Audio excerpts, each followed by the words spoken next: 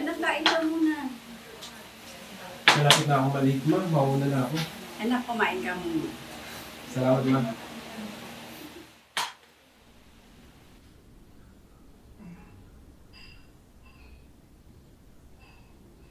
Ang ganda-ganda ng langit ngayon. Aba, uuwi ka pa pala?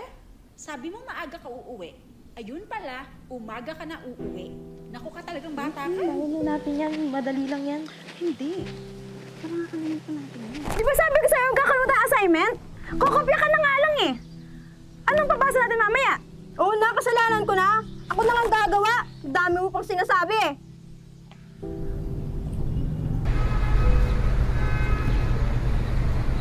Saan mo na naman nilagay yung gamit ko, ha? Yung payong ko, kabibili ko lang nun. Alam mo bang ang mahal-mahal nun? Nakakailang wala ka na ng gamit ko, ah. Sa susunod, hindi ka na makakahiram sa akin, ha? Palagi mo na lang winawala yung mga gamit ko. Pero bakit puro nagagalit ang mga taong nakakasalamuha ko?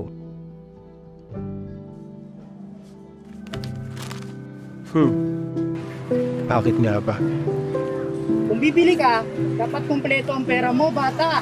Nagtatrabaho kami para kumita, hindi yung kulang-kulang kayo magbayad. Bakit nga ba nagagalit ang isang tao? At kailan lang nga ba dapat magalit? Kuya, ako na lang magbabayad nung kulang niya. Magkano ba?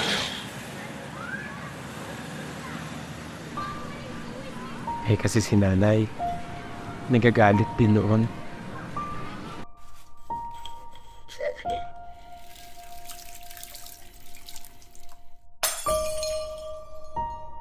Ma, sorry po.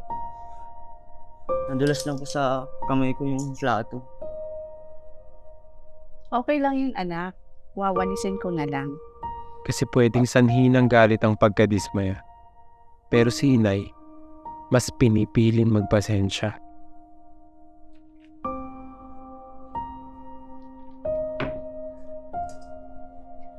Eman, asan yung pinabili kong bigas?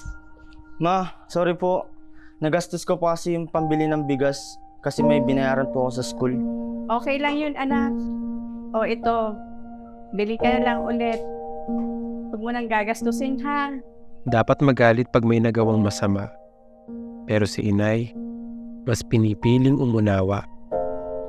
Ma, sorry po.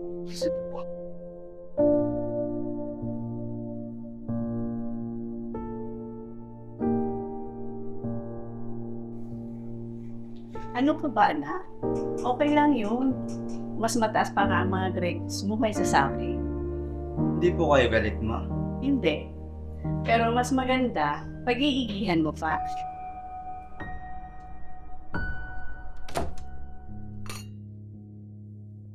Saan ka na naman galing, Eman?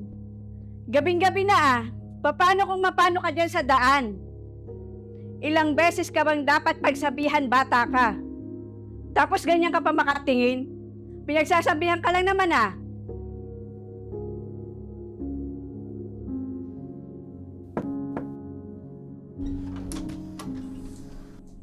Ma, galit ka po kayo sa akin. Halika nga rito.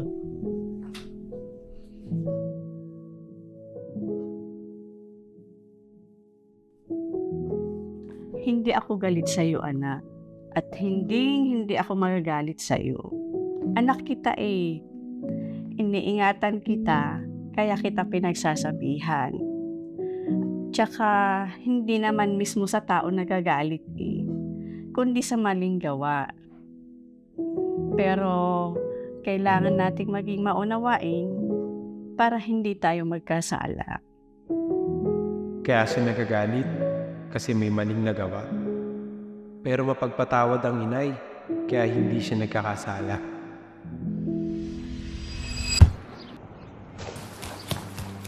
Sorry po, hindi po namin sinasadya, kuya. Sorry po talaga.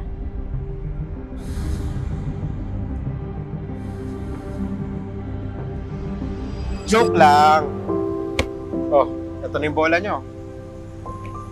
Oh, gabi na. Di pa ba kayo hinahanap ng mga magulang nyo? Uuwi na rin po kami mamaya, kuya, bago pa po lumubog ang araw. Kayo'y mga galit at huwag kayong mga kasala. Huwag lumubog ang araw sa inyong galit. Efeso 4:26